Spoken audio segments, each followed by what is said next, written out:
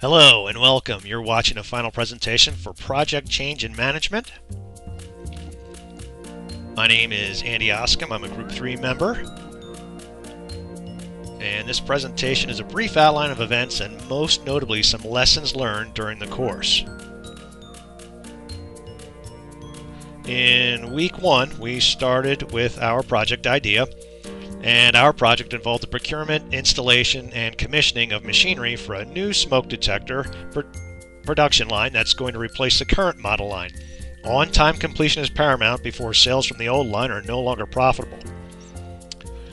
We evaluated the assignment requirements and submitted our work, but were quickly asked to rewrite it from the standpoint of basically an executive summary.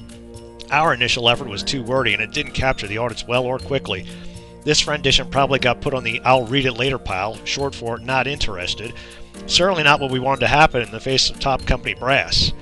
We ultimately needed to gain the attention of a very busy CEO who probably isn't too interested in looking at our proposal at first glance. So we hit the big points: why it was needed, what's the impact to the company revenue, and most important of all, to a high-ranking company official, how much would it cost? Once we approached the assignment from that direction, we hit the nail squarely on the head.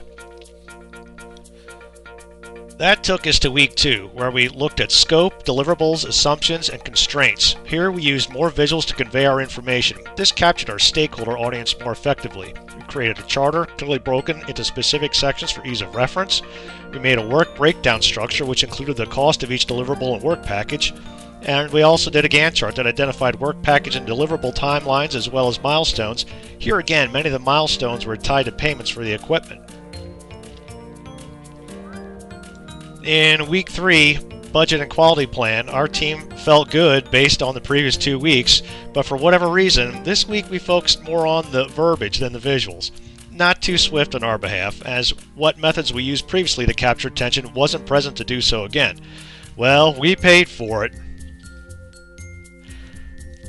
We got our lights shot out. Lots of comments, which we all quickly realized were warranted. We didn't think through some of the questions the audience would ask. As an example, we had monetary reserves in our budget plan, but no recourse if we didn't use them. Always make sure there's a plan for the money. We quickly realized we needed to get back to some added visuals too. We did a nice color-coded visual for the budget. And we did a few tables signifying how our quality assurance and control plans were to operate. Week 4 was our human resource plan, communication plan, and risk registry. After the minor shellacking we took in week 3, we regrouped and got back to what worked so well for us out of the gate to that point in time. Visuals, easy to read, uncluttered visuals. So with that in mind, we kicked out a nice org chart showing who reports to who, a nice RACI chart. We did a histogram detailing staff hours needed for each project member. We detailed a process to handle escalations within the project. We did a glossary for our communication terms.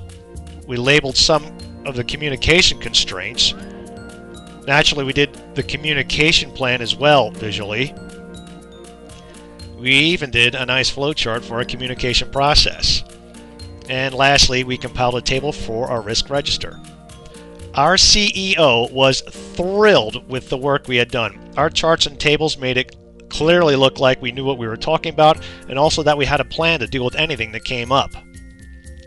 In week 5, that was a big one.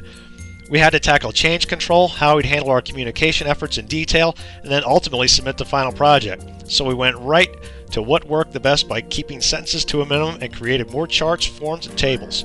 We created a flow chart for the change process.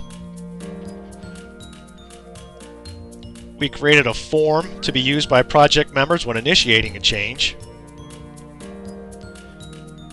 We broke out a line item from the communication plan and detailed what specific aspects needed to be reported week to week. And lastly, we did a communication escalation flowchart detailing how to handle news of tasks that had gone over budget or behind schedule. And once complete, we submitted the final project. My fellow group members and I learned many lessons throughout this course week to week, and most often day to day. Here are some of the larger ones to highlight. 1. You gotta capture your audience's attention quickly. Everybody's busy, especially those working above us, and they are not chomping at the bit to stop and to mine the data out of multiple page documents, and almost always the money is the biggest attention grabber. On that note, always keep an eye on the money. How much, when will it be spent, who's handling its outlay, what's it gonna get you? 3. Visuals speak louder than words. Like was mentioned above, no one wants to have to mine information out of a document. Keep the visuals neat and orderly. Don't overclutter. Each project member or stakeholder wants to know about their stuff first. Folks, change happens, period. So you better have a good, simple plan to handle it quickly and concisely. If there wasn't any change, would we really need full-time project managers? Well, that concludes the presentation. Thanks for taking the time to watch. Oh, and I wouldn't be doing Group 3 any justice if I didn't put on one small plug for our baby the last 6 weeks.